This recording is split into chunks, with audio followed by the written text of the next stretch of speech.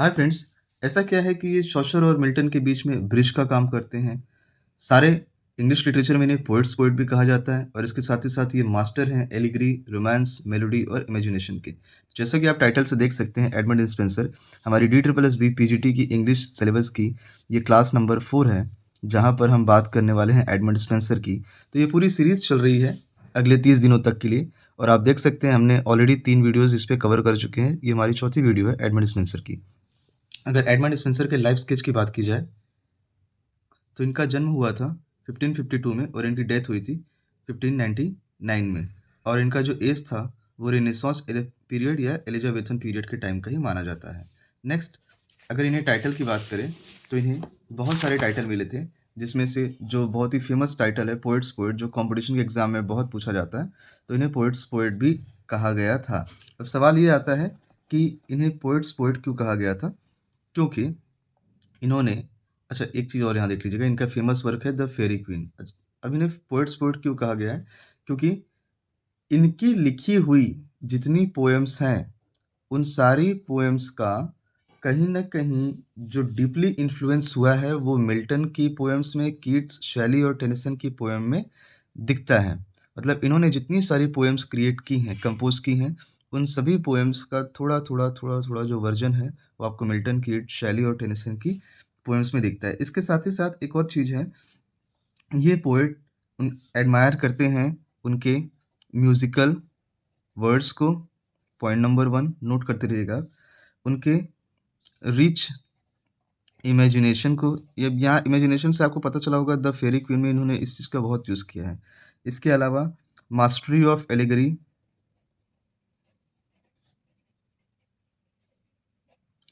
और एक और चीज़ है इनका रोमांटिक चार्म। इन्होंने जितनी सारी चीज़ें लिखी वो सारी की सारी चीज़ें अपने आप में टॉप क्लास की थी। तो ये 4 पॉइंट्स थे जिनकी वजह से बाकी ये हमारे जो 4 राइटर्स हैं इन्होंने इसको कॉपी किया। इसके बाद हम आगे देखें, position of Spencer in English literature. तो 3 पॉइंट्स हैं जो इनके पोजीशन को दिखाते हैं कि इनका इंग्लिश लिटरेचर में क्या स्थान रहा है। तो ये अपने आप में काफ़ी greatest non dramatic poet of renaissance रहे हैं। ये ब्रिज बिटवीन चौसर और मिल्टन रहे हैं और इनके पास मास्टरी थी एलिगरी की, रोमांस की, मेलोडी की और इमेजिनेशन की। एक चीज़ मैं यहाँ क्लियर कर दूँ आपको कि जब हमारे विलियम शेक्सपियर एक्सीलेंट थे ड्रामा में, आपको तो पता ही होगा इन्होंने बहुत सारे खूबसूरत-खूबसूरत ड्रामा लिखे हैं विलियम शेक्सपियर ने। तो हमारे एडमंड स्पेंसर एक्सेल थे एपिक एंड लिरिकल पोएट्री में। ये एक वॉइस वर्सा है कि अगर ये आप विलियम शेक्सपियर के लिए कर रहे हो, तो ये आप करोगे एडमंड स्पेंसर के लिए। नेक्स्ट है, अब यहाँ पर जो ब्रिज का कॉन्सेप्ट दिया गया है, आप देखेंगे जोफ्री चौसर का जो टाइम है, ये टाइम है मेडिवल पीरियड। मैं यहाँ लिख देता हूँ, ये टाइम है मेडिवल पीरियड, और ये है क्लास मिल्टन का क्लासिकल एपिक ट्रेडिशन। तो आप इस चीज़ से अंदाज़ा लगा सकते हैं कि एडमंड स्पेंसर ने मेडिवल पीरियड चौसर के टाइम के लिटरेचर को भी फॉलो किया, और मिल्टन ने उस तरीके की जो लिटरेचर थी जो स्पेंसर ने अपने वर्क्स में फॉलो की है उसको भी उन्होंने लिखा है। सो इट शोज़ दैट कि एडमंड स्पेंसर अपने आप में वाक़ई कितने ज़्यादा महान थे। एक और चीज़ है, चौसर ये यूज़ करते थे आर्काइक लैंग्वेज को, जबकि मिल्टन यूज़ करते थे moral and national epic grandeur को। एक और चीज़ है यहाँ पर आपको बतानी ज़रूरी है कि इनका जो फ़ेमस वर्क रहा है द फेयरी क्वीन, ये एपिक और एलिगोरिकल रोमांस के बारे में बात करता है। शेफर्ड्स कैलेंडर के बारे में अगर बात करें तो शेफर्ड्स कैलेंडर बात करता है पेस्टोरल पोएट्री को, ये बड़ा इंपॉर्टेंट भी है। एमरोटी सोनेट सीक्वेंस के बारे में है। एपिथैलेमियन मैरिज सॉन्ग है। प्रोथैलेमियन वेडिंग सॉन्ग के बारे में। कंपटीशन में जब ये पूछा जाता है कि एपिथैलेमियन किस चीज़ के बारे में है, तो आपको बताना है ये शादी के बारे में है। प्रोथैलेमियन किसके बारे में है, तो वेडिंग के बारे में है। तो एपिथैलेमियन का कभी कभार स्टूडेंट वेडिंग करके आते हैं, प्रोथैलेमियन का मैरिज करके आते हैं, तो आपको ऐसा नहीं करना है। और एक और चीज़ यहाँ पर नोट में लिखी गई है, Collins clouds come home again, pastoral allegory. अब यहाँ पर द फेयरी क्वीन का एक ओवरव्यू दिया गया है, आपने देखा होगा। यहाँ पर अभी आप देख सकते हैं, तो 1 2 3 4 5 ये इनके इंपॉर्टेंट वर्क्स दिए गए हैं, और डी ट्रिपल एस बी के स्टैंडर्ड के अकॉर्डिंग ये 5 वर्क्स ही उनसे पूछे जाते हैं। द फेयरी क्वीन का ओवरव्यू, इसका नेचर है allegorical, romance and moral. The fairy queen से क्वेश्चन भर भर के आते हैं हर साल। तो इसका पर्पस क्या था? टू फैशन अ जेंटलमैन और अ Nobel person in virtuous and gentle discipline. ये कंपटीशन में बड़ा पूछा जाता है। इस लाइन को आप याद रखिएगा कि टू फैशन अ जेंटलमैन और Nobel person in virtuous and gentle discipline. इसीलिए ये पोएम है एक मोरल ट्रेनिंग मैनुअल इन पोएट्रिक फॉर्म्स में। आगे के पेज की तरफ बात करते हैं, नेक्स्ट पेज पर। सो हमें यहाँ पर दिखाया जाता है, यस, इनका प्लान था इसे 12 बुक्स में पब्लिश करने का, बट किसी कारणवश ये सिर्फ 6 बुक्स ही कंप्लीट कर पाए। और जब 6 बुक्स कंप्लीट कर पाए, तो जो हर एक बुक है उसकी जो थीम है वर्चुअस है। और ये वर्चू किसकी है? ये एटलीस्ट वन क्रिश्चियन वर्चू के बारे में बात करता है। हर एक क्वालिटी जो है वन क्रिश्चियन वर्चूज के बारे में बात करती है। तो आप देख सकते हैं यहाँ पर टोटल सिक्स वर्चूज क्या है? हॉलीनेस, टेम्परनेस, चैस्टिटी, फ्रेंडशिप, जस्टिस एंड कोर्टसी। इसके अलावा नेक्स्ट पॉइंट में हमें ये दिखाया जाता है कि ये स्पेंसर एक एलिगोरिकल पोएट हैं। अब यहाँ पे एलिगोरिकल पोएट का मतलब क्या होता है, मीनिंग देखिएगा। A story with a hidden moral, spiritual and political meaning. जो जो इंपॉर्टेंट चीज़ें हैं वहाँ पर मैंने इसे बोल्ड लिख दिया है, जिससे आपको समझने में आसानी हो।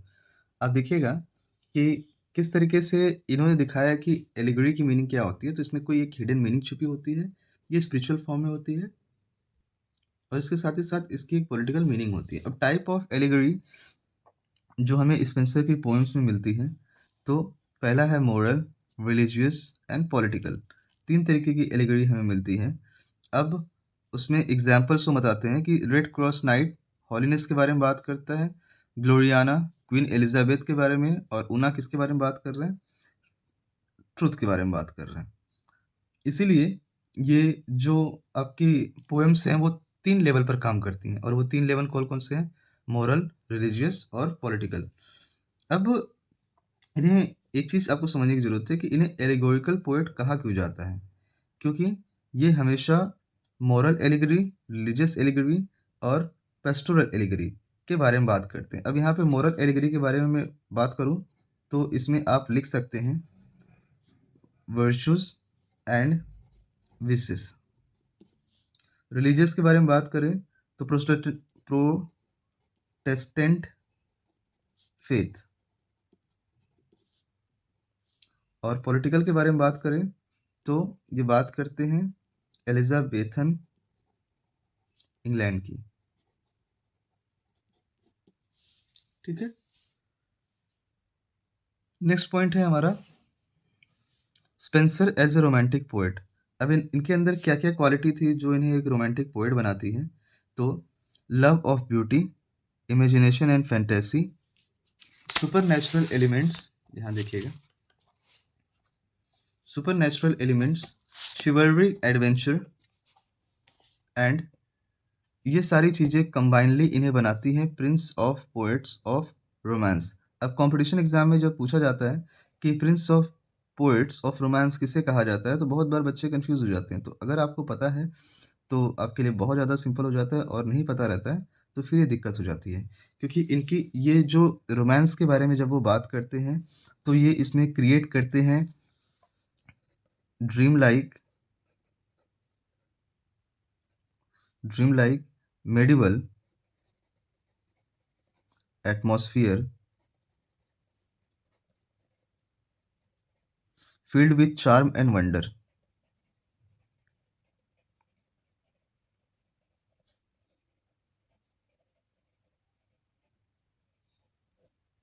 सो इसलिए इन्हें prince of poets of romance कहा जाता है। अब स्पेंसर की बात करें तो Spenser as a pastoral poet क्यों फेमस है? इनकी पेस्टोरल पोएट्री है, poetry dealing with shepherd life and nature. जहाँ पर भी इनकी पोएम इस तरीके से डील करती है। उनका जो फेमस वर्क है द शेफर्ड्स कैलेंडर, अब जब द शेफर्ड्स कैलेंडर के बारे में बात करते हैं, तो इसमें वो बात करते हैं शेफर्ड की लाइफ में नेचर, रूरल लाइफ, सिंप्लिसिटी और मॉरल टीचिंग के बारे में। और हर एक चीज़ जो है वो पेस्टोरल पोएम, ये एक तरीके से रिवाइव्ड करता है पेस्टोरल पोएट्री को इंग्लैंड में। यहाँ पर मैं लिख देता हूँ, this going to be revived pastoral poetry in England. एक और चीज़ है, इन्होंने 12 इकोलॉग लिखे थे और वन ये जो 12 इकोलॉग्स थे, वन फॉर ईच मंथ था। ठीक है। अब स्पेंसर को एज अ सोनेटियर किस तरीके से रिप्रेजेंट किया गया है, तो इनका जो फेमस सोनेट निकल कर आता है, वो सोनेट निकल कर आता है एमरोटी। और इस एमरोटी के बारे में क्या बताया गया है, love, beauty and spiritual devotion. इसके साथ ही साथ एक और चीज़ आप यहाँ पर ऐड कर लीजिएगा, मोरल प्योरिटी। ठीक है। अब इनकी जो सोनेट्स होती हैं, ये रिफ्लेक्ट करती हैं किस तरीके से, यहाँ पर नोट कर लेते हैं, his sonnets reflects sincerity and happiness. अब आप देख सकते हैं कि इनकी जो सोनेट्स हैं वो किस तरीके से समाज में रिफ्लेक्ट्स डालती हैं। अब इन सभी चीज़ों में आप देखेंगे कि स्पेंसर ने एज ए सोनेटियर लव को बड़ा प्योरीफाइड किया हुआ है, लव को बड़ी इंपॉर्टेंस दी है, और यही चीज़ें हैं कि वो एक फेमस सोनेटियर रहे हुए हैं। क्योंकि ये स्पेशल क्या बनाती है इनको, unlike Petrarch, Spenser celebrates happy love and marriage. ये बड़ी इंपॉर्टेंट चीज़ें हो जाती है, इसलिए इन्हें सोनेटियर भी कहा जाता है। अब आप यहाँ पर देख सकते हैं, स्पेंसर को रोमांटिक पोएट, पेस्टोरल पोएट और सोनेटियर, ये 3 चीज़ें बताई गई हैं। पेस्टोरल पोएट के रूप में भी, सोनेटियर के रूप में भी और रोमांटिक पोएट के रूप में भी, 3 तरीके से बताया गया। नेक्स्ट पॉइंट में Spenser as a love poet. अब यहाँ पे Spenser as a love poet के बारे में बात करें तो इनकी जो लव पोएम है वो प्योर होती हैं, स्पिरिचुअल होती हैं और आइडियलाइज होती हैं। ये इन्फ्लुएंस होती हैं प्लेटोनिक फिलोसफी पे। कुछ एग्जांपल्स देखिएगा, आपको ज़्यादा क्लियर हो जाएगा। यहाँ की मैं बात कर रहा था, ये इनका जो लव होता है ये बेस्ड होता है प्योर, स्पिरिचुअल और आइडियलाइज पे। ये इन्फ्लुएंस करता है प्लेटोनिक फिलोसफी को। कुछ एग्जांपल्स के थ्रू समझने की कोशिश करेंगे। इपिथैलेमियन इसका बेस्ट एग्जाम्पल होता है, जिसमें ये वेडिंग सॉन्ग के बारे में बात कर रहे हैं। अब इस वेडिंग सॉन्ग के बारे में अगर ये बता रहे हैं तो यहाँ पर आप देखिएगा कि ये one of the finest wedding songs है इंग्लिश लिटरेचर में। One of the finest wedding song in English literature. इसके बाद स्पेंसरियन स्ट्रेंजर, ये 4 क्वालिटीज़ उनको दे दी गई हैं। इसके बाद अगर स्पेंसरियन स्ट्रेंजर के बारे में बात करें तो स्पेंसरियन स्ट्रेंजर बड़ी इंपॉर्टेंट है, यहाँ से एग्जाम में क्वेश्चन आते हैं। इसका स्ट्रक्चर होता है 9 लाइन का। अब 9 लाइन में आप देखेंगे, ये आपको याद होगा रेनेसांस की जो इंट्रोडक्शन वाली क्लास में, उसमें भी इसके बारे में बात की गई थी। तो इसका जो मीटर होता है वो 9 लाइन्स का होता है। जो पहली 8 लाइन होती हैं वो आयम्बिक पेंटामीटर में होती हैं, और जो 9th लाइन होती है वो एलेक्जेंड्रियन होती हैं, ये आयम्बिक हेक्सामीटर में होता है। ठीक है, इसको आपको याद रखना है, इसको आपको भूलना नहीं है। और इसकी जो राइम स्कीम होती है ए बी, बी सी और सी, यही लास्ट वाला जो है ये एलेक्जेंड्रियन के बारे में बात करता है। इसका इंपॉर्टेंस क्या है, म्यूजिकल ब्यूटी में, स्लो एंड मैजेस्टिक मूवमेंट में। एक और चीज़ है कि ये सुटेबल होती है एपिक नरेशन के लिए। मैं यहाँ पर लिख देता हूँ कि ये सुटेबल है, सुटेबल फॉर एपिक नरेशन। अब यहाँ पे एपिक नरेशन का मतलब, जैसे कि मिल्टन के पैराडाइज लॉस्ट के बारे में अगर बात कर ली जाए, या फिर आप इसको इस तरीके से देखिएगा, the Faerie Queene by Edmund Spenser, उसमें भी आप इसका बहुत यूज़ देखेंगे। और बाद में इसका जो यूज़ है वो बैरन ने, शैली ने और किट्स ने यूज़ किया। मैं यहाँ पर लिख देता हूँ, letter used by Byron, Shelley और किट्स, इन लोगों ने मेनली इसका यूज़ किया। किसका, स्पेंसरियन स्ट्रेंजर का। ये तो एग्जाम में आप देखेंगे ना, शैली और किट्स की किसी पोएम को दे दिया जाएगा और वो पूछा जाएगा इसमें किस टाइप के स्ट्रेंजर का यूज़ हुआ है, तो वहाँ पर आप कंफ्यूज नहीं होंगे, वहाँ पर आप स्पेंसरियन स्ट्रेंजर को टिक करेंगे। नेक्स्ट है इनकी स्टाइल और इनका लैंग्वेज किस तरीके से था। तो इनकी आप स्टाइल देखेंगे तो आर्काइक थी, रिच थी और म्यूज़िकल थी। और साथ ही साथ इनका जो स्टाइल था लिखने का वो काफ़ी फ्लोइंग, मेलोडियस और डेकोरेटिव होता था और हाईली इमेजिनेटिव होता था। इन्हें हाईली इमेजिनेटिव तो स्टार्टिंग में ही कहा गया था। और एक और चीज़ यहाँ पर आप ऐड कर लीजिएगा, ये काफ़ी सेंसुअस इमेजरी वाले पर्सन थे, ठीक है? और जब भी ये पोएम लिखते हैं तो एक और चीज़ आप ऐड करिएगा, he creates a golden dreamy atmosphere. आपको इससे पता चलता है कि एडमंड स्पेंसर अपने आप में वाक़ई काफ़ी ज़्यादा काबिल-ए-तारीफ़ इंसान थे।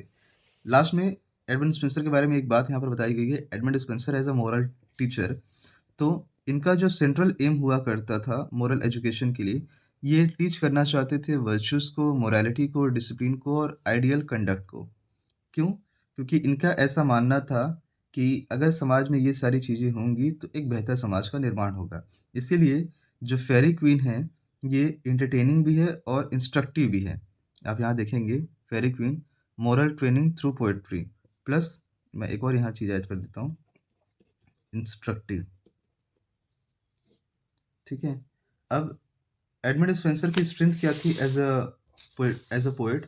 तो इनकी जो स्ट्रेंथ है उसके बारे में अगर आप नोट करें, सो ये देखिएगा, इनकी स्ट्रेंथ थी rich imagination, musical verse, deep moral vision, mastery of allegory, beautiful imagery. इसका बार-बार यूज़ किया जा रहा है। और आप देखेंगे इनकी पोएम में जो लिमिटेशंस हुआ करती थी या क्रिटिसिज्म हुआ करता था, वो होता था लॉन्ग डिस्क्रिप्शन पे, स्लो मूवमेंट पे, एक्सेसिव ऑर्नामेंटेशन पे और समटाइम्स डिफ़िकल्ट लैंग्वेज पे। एमसीक्यू फैक्ट्स जो लास्ट मोमेंट में एग्ज़ाम में आप पढ़ें तो वो आपके लिए काफ़ी ज़्यादा हेल्पफुल होगा। सो दोज़ आर, इनको टाइटल दिया गया था पोएट्स पोएट में, इनकी मास्टरपीस है द फेयरी क्वीन। इनका जो स्ट्रेंजा होता है वो स्पेंसरियन स्ट्रेंजा होता है। इनकी जो राइम स्कीम होती है वो ए बी बी सी और सी की होती है। इसका सोनेट सीक्वेंस है एमरोटी। इनकी जो पेस्टोरल पोएट्री है द शेफर्स कैलेंडर। अब last one day quick division notes की तरह अगर ट्रीट करें तो स्पेंसर को पोएट्स पोएट कहा जाता है। इनकी पोएम्स में आपको एलिगोरी, रोमांस और मोरालिटी देखने को मिलती है। फेयरी क्वीन इनका एक मोरल एपिक है। स्पेंसरियन स्ट्रेंजा 9 लाइन्स की होती है और ये जो लव की बात करते हैं ये प्योर एंड स्पिरिचुअल होता है। So on the next class we will get the again introduction of metaphysical poet और उसके बाद हम आगे बढ़ेंगे क्योंकि हमारा जो सिलेबस है उस सिलेबस के अकॉर्डिंग अगर आप देखें तो हमारा नेक्स्ट पार्ट आएगा metaphysical poet John Donne, Herbert, marvel and Milton. तो हम चाहें तो जॉन डन से स्टार्ट कर सकते हैं, बट जैसे एडमंड स्पेंसर के पहले हमने रेनेसांस पोएट पढ़ा तो थोड़ी सी आपको आइडिया मिल गई कि उस काल के बारे में, उस पीरियड के बारे में क्या-क्या बातें की गई हैं। तो हम इसी तरीके से मेटाफिजिकल पोएट्स को थोड़ा-सा क्लियर करेंगे, उसके बाद हम जॉन डन, हर्बर्ट, मार्वेल और मिल्टन को क्लियर करेंगे। तो मिलते हैं नेक्स्ट क्लास में मेटाफिजिकल पोएट्स के साथ। Till then signing off, bye, Jai Hind everyone.